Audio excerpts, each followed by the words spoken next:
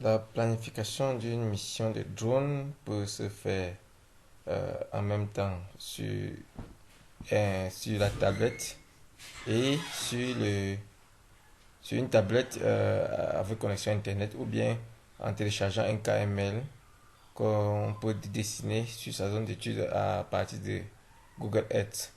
Vous savez déjà comment sortir un KML en polygone sur une image Google Earth. Nous allons voir un peu comment cela se marche. Si notre zone, à partir d'une image, on peut exporter, importer, on peut directement voir Google Earth qui affiche un certain nombre d'images. Nous avons la carte mémoire qu'il faut.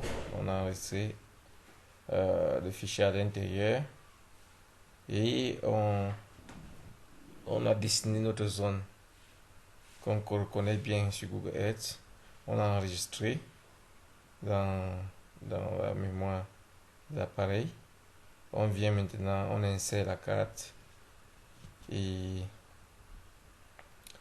on insère la carte mémoire dans notre appareil, dans le drone, et on va l'importer. On insère dans DJI, on va l'importer. On a un fichier linéaire et un fichier polygone. On l'importe dans notre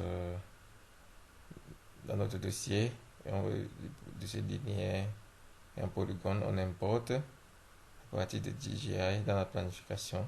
Donc, pendant qu'on fait la planification, ça peut nous demander soit de dessiner sur place ou bien d'importer un fichier KML. Donc, à partir de là, vous voyez la taille du fichier.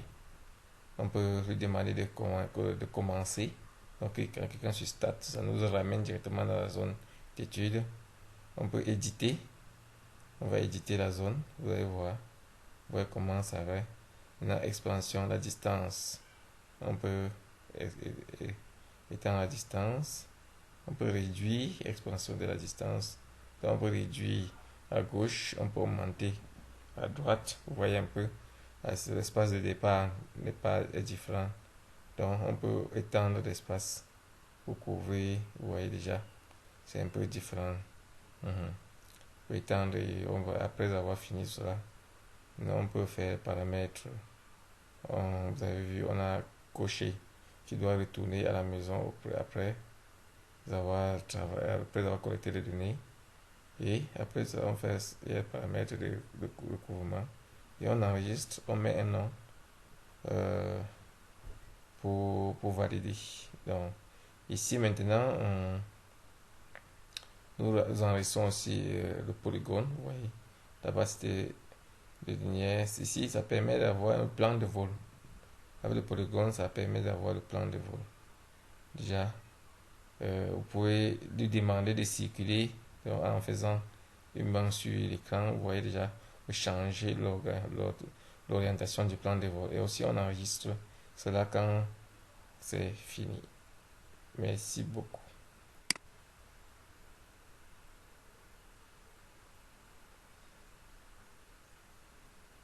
Alors, je pense après avoir enregistré cela, ça permet aussi d'exporter, comment dire, de faire le déploiement automatique du vol à la fin.